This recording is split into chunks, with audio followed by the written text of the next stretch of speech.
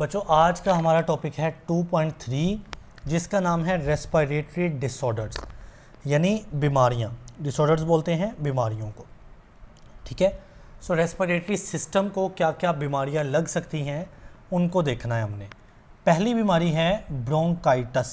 मैं आपको एक मज़ेदार चीज़ बताता हूँ। बायोलॉजी के अंदर जहाँ पे लास्ट पे TIS आए, टिस जिसको बोलते हैं ना, उसका मतलब होता है ये इन्फ्लेमेशन यानी स्वेलिंग, ठीक है। तो जैसा कि एक लफ्ज़ आपने सुना होगा हेपाटाइटिस, हेपाटाइटिस। तो देखें इधर भी क्या आ रहा है, लास्ट में TIS आ रहा है और हेपैट का मतलब होता है लिवर।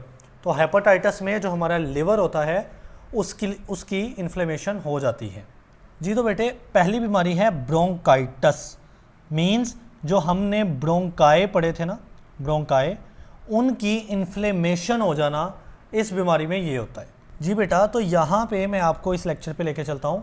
मैंने आपको बताया था कि ये ट्रैकिया है, ये लंबा सा पाइप, और नीचे आते हुए ये दो हिस्सों में इस तरह से डिवाइड कर जाता है, और इनको हमने नाम दिया था ब्रोंकाए का। और अगर एक की बात करें यानी दो है ना तो जमा है ब्रोंकाए। अगर एक पाइप की बात करें तो बेटा उसको हम ब्रोंकस कहेंगे, ठीक। यानी ये जो ब्रोंकाए हैं इनकी इन्फ्लेमेशन हो जाना। इन्फ्लेमेशन लफ्ज़ का मतलब होता है सोजिश हो जाना यानी स्वेलिंग हो जाना। तो दिस इज़ कॉल्ड ब्रोंकाइटिस जी। तो बेटा कहता है ब्रोंकाइटिस का मतलब है इन्फ्लेमेशन हो जाना, मीन्स स्वेल कर जाना, फूल जाना। किसका? ब्रोंकाए का या ब्रोंकियोल का। अब ब्रोंकियोल भी मैं बता चुका हूँ कि ट्रैकिया आते हुए दो हिस्से में डिवाइड हुआ, इन दो हिस्सों को बोला ब्रोंकाए, और ब्रोंकाए आगे मज़ीद छोटे हिस्सों में डिवाइड हुआ, उन छोटे हिस्सों को बोला ब्रोंकियोल।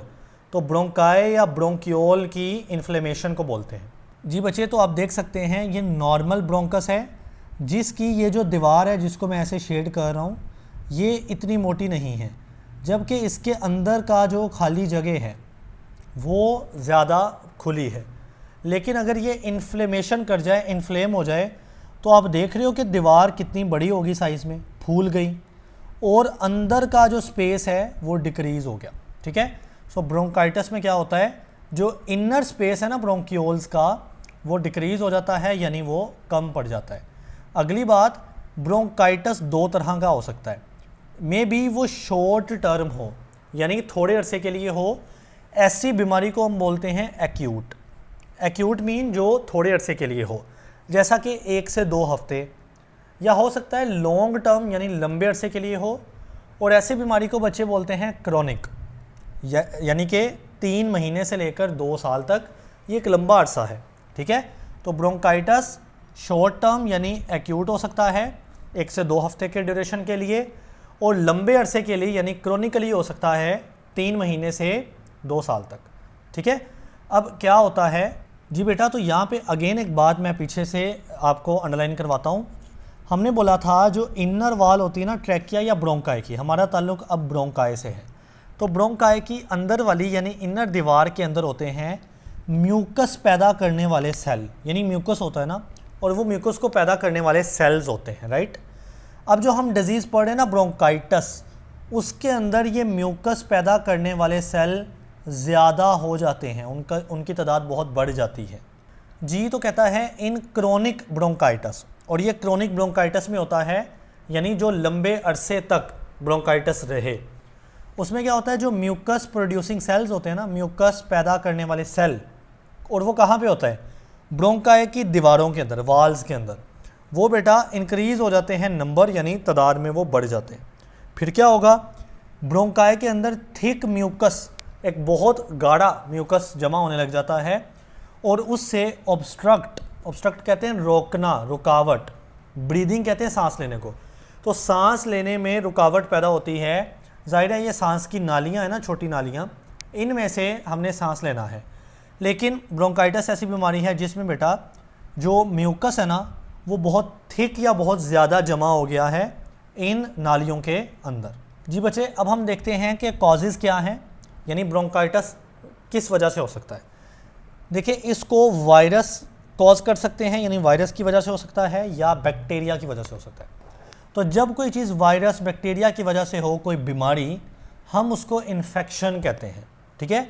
तो ये एक इन्फेक्शन भी है या केमिकल इरिटेंट यानी कि तंबाकू हो गया, सिगरेट हो गया, स्मोक हो गया, इनके अंदर जो केमिकल इरिटेंट्स होते हैं ना, ख़तरनाक केमिकल, वो भी तंबाकू कोज कर सकते हैं, सॉरी तंबाकू कह रहा हूँ, ब्रोंकाइटिस कोज कर सकते हैं। ठीक है, सो क्या कॉजेज़ हैं ब्रोंकाइटिस के?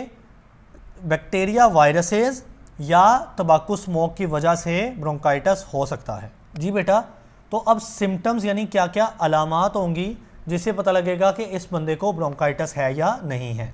तो पहली चीज़ है कफिंग यानी खांसी का आना। ज़ाहिर है ये कॉमन सी बात है कि जब ये सांस की छोटी नाली का साइज़ हो गया है कम, ठीक है, तो उससे हमें खांसी प्रोड्यूस होगी। नेक्स्ट है वीजिंग। वीजिंग का मतलब होता है सीटी की आवाज़ निकालना, यानी वो बंदा खांसी करेगा या बोलेगा तो उससे सीटी की आवाज़ भी निकलेगी। फीवर, बच्चे आप मेरी बात ये ज़हन में बिठा लें, फीवर जो है ना वो अक्सर इन्फेक्शन की वजह से होता है, बैक्टीरिया की वजह से या वायरस की वजह से भी हो सकता है ना।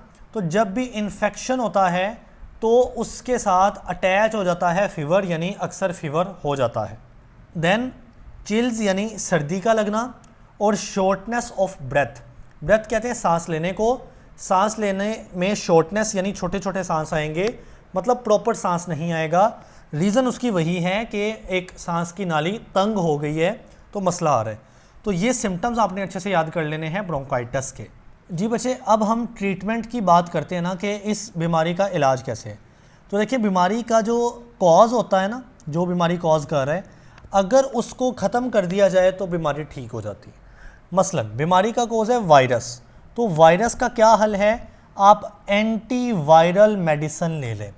एंटीवायरल मेडिसिन मतलब ऐसी दवाइयाँ जो वायरस को किल कर देंगी या ख़त्म कर देंगी, यूँ कह लें। ठीक, अगर बीमारी का कॉज हुआ बैक्टीरिया तो आप लेंगे एंटीबायोटिक्स। एंटीबायोटिक ऐसी दवाइयाँ जो कि बैक्टीरिया को ख़त्म कर देती हैं।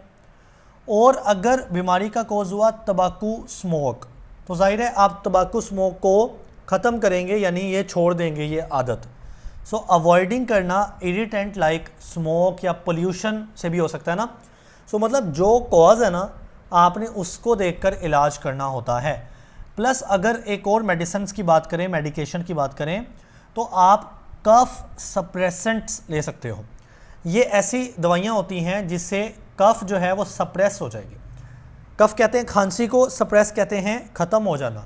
तो देखिए इसमें खांसी हो रही है ना, सो खांसी को कम करना, सप्रेस वैसे कहते हैं कम करने को, तो खांसी को कम करने वाली दवाइयाँ हो सकती हैं।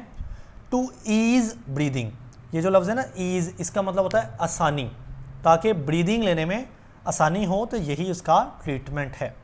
जी बच्चे, नेक्स्ट दूसरी हमारी जो डिसऑर्डर है वो एम्फीसीमा है। इसको क्या पढ़ना है? एम्फीसीमा। अब मैंने आपको पिछले लेक्चर्स में बताया हुआ है कि ट्रैकिया आ रहा है, वो आगे डिवाइड हो रहा है ब्रोंकाई के अंदर। ब्रोंकाई आके बच्चे क्या बन रहा है? ब्रोंकियोल बन रहा है। अब मैंने यहाँ पे एक स्टोरी बताई थी कि ये जो ब्रोंकियोल है ना, ये आगे एक एल्वियोलर डक्ट से होता हुआ छोटे छोटे पाउच लाइक स्ट्रक्चर्स में तब्दील हो जाता है, और उनको बोलते हैं एल्वियोलाई। ठीक है, एल्वियोलाई बोलते हैं उन छोटे छोटे पाउचेस को जो कि अल्टीमेटली हमारे लंग्स के अंदर यहाँ पे मौजूद है। देखिए ये उसने बॉक्स किया हुआ है, ये आप जूम करेंगे ना तो आपको नज़र आएंगे ये वाले पाउचेस। ठीक है, यानी एल्वियोलाई। अब क्या होता है कि इन एल्वियोलाई यानी हर पाउच एक एल्वियोलस है, और इनके दरमियान एक क्लियर कट बच्चे दीवार होती है।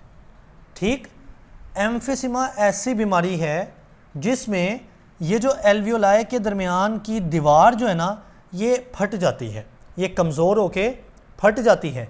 सच दैट क्या होगा, कुछ इस तरह से आपको नज़र आएगा, ये एक बड़ा एल्वियोलस जनरेट हो जाएगा जिसके अंदर दरमियान की दीवारें जैसा कि यहाँ पे होनी चाहिए, यहाँ पे होनी चाहिए, यहाँ पे होनी चाहिए, बेटा वो ख़त्म हो गई। ठीक हो गया। तो एम्फीसीमा क्या होता है देखते हैं। In emphysema the inner walls of alveoli, अब एल्वियोलाई के अंदर या दरमियान की वॉल्स दीवारें जो होती है ना, बिकम वीक, बेटा वो कमज़ोर होके, एंड देन रप्चर, रप्चर का मतलब होता है फट जाना, वो फट जाती हैं। जी, तो इसका नुकसान क्या है? पहले एक और चीज़ देखते हैं फिर नुकसान देखते हैं। दस लिहाजा वन लार्जर स्पेस या air space is created instead of many small once.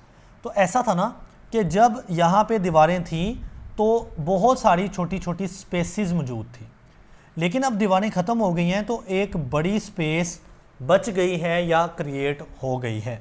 अब मैंने आपको एक चीज़ बताई थी कि एल्वियोलाई वो जगह होती हैं जहाँ पे बच्चे गैशियस एक्सचेंज होना होता है। मतलब जो हम सांस के ज़रिए ऑक्सीजन लेते हैं वो एल्वियोलाई में से ही ब्लड के अंदर ऑक्सीजन ने जाना होता है, और जो ब्लड के अंदर पड़ी हुई कार्बन डाइऑक्साइड होती है वो भी एल्वियोलस के अंदर या एल्वियोलाई के अंदर भेजनी होती है ताकि वो जिस्म से बाहर जा सके। So this was called as gaseous exchange. हमने इसको क्या बोला था? गैशियस एक्सचेंज, यानी ऑक्सीजन और कार्बन डाइऑक्साइड गैसेस का आपस में एक्सचेंज होना। अब देखें, जब नॉर्मल बंदे में बात करें ना तो हमें यहाँ पे छोटे छोटे एल्वियोलस नज़र आते हैं जो कि बड़े हेल्पफुल होते हैं, बड़े मददगार होते हैं इस प्रोसेस गैशियस एक्सचेंज को करवाने में। लेकिन जब एक बड़ा पाउच, बड़ा एल्वियोलस क्रिएट हो जाता है तो ये जो गैशियस एक्सचेंज है ये उतने अच्छे से नहीं हो सकता। सो क्या कहता है कि लिहाजा जब ऐसा होता है ना, the space for gaseous exchange decrease, यानी स्पेस कम हो जाती है ना, क्योंकि पहले हर छोटे हिस्से में गैशियस एक्सचेंज हो रहा था और अब सिर्फ एक बड़े हिस्से में, बड़े पाउच में गैशियस एक्सचेंज हो रहा है। And the patient can not breathe properly, और वो प्रॉपरली ब्रीद नहीं कर सकेगा, सांस नहीं ले सकेगा। वही बात कि ऑक्सीजन लेने और कार्बन डाइऑक्साइड निकालने यानी गैशियस एक्सचेंज करने में प्रॉब्लम आ रही है।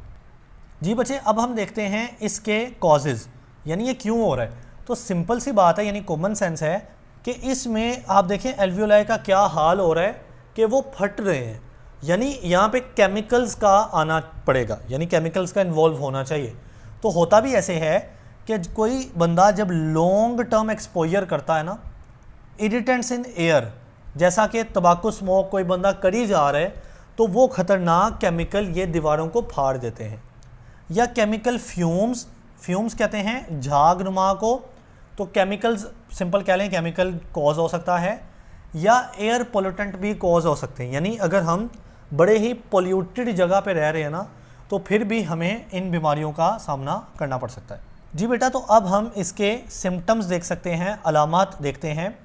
वही बात कि शॉर्टनेस ऑफ ब्रेथ, ये ऊपर भी हमने पढ़ा ना कि patient can not breathe properly, उसका सांस प्रॉपर नहीं आएगा। तो यूँ आप कह लें कि जो ब्रेथ यानी सांस लेना है ना वो शॉर्ट हो सकता है। या क्रोनिक कफ, मैंने आपको क्रोनिक का मतलब बताया, लंबे अरसे तक रहने वाला, और कफ कहते हैं खांसी को, तो लंबे अरसे तक उस शख्स को खांसी रह सकती है। विद और विदाउट म्यूकस, म्यूकस पैदा होता है ना हमारे यही एल्वियोलाई के अंदर या एल्वियोलाई से ऊपर ब्रोंकाई ब्रोंकियोल के अंदर, तो म्यूकस भी आ सकता है जब बंदा खांसी करेगा, यानी विद म्यूकस, और विदाउट म्यूकस यानी म्यूकस नहीं भी आ सकता। ठीक है। वीजिंग की बात करें, ये ऊपर भी हो चुका है कि सीटी की आवाज़ आना, एंड चेस्ट टाइटनेस, ये यहाँ पे यूनिक चीज़ है कि जो छाती है वो थोड़ी टाइट हो जाएगी। जी बेटा, तो इसमें हम ट्रीटमेंट कैसे देंगे? जाहिर है इसमें खांसी आ रही है, ब्रीदिंग प्रॉब्लम्स हो रही है, तो उसको रिलीव करने की मेडिसिन, रिलीव कहते हैं सुकून यानी ठीक करना, तो ऐसी मेडिसिन मौजूद हैं जो कि खांसी के लिए होती हैं या ब्रीदिंग इश्यूज़ को ठीक करती हैं, तो हमें वो लेनी चाहिए। Emphysema can not be cured properly, emphysema का जो इलाज है वो प्रॉपरली नहीं हो सकता, क्योंकि वो बंदा जो है वो इतना लंबे अरसे तक तंबाकू या स्मोकिंग कर चुका है कि अब वापसी का रास्ता जो है वो पॉसिबल नहीं है। लेकिन इसका ये मतलब नहीं कि दिल छोटा कर ले बंदा और स्मोकिंग छोड़े ही ना। हाँ, ये है कि स्मोकिंग छोड़ेगा तो कम से कम कंडीशन मज़ीद ख़राब नहीं होगी।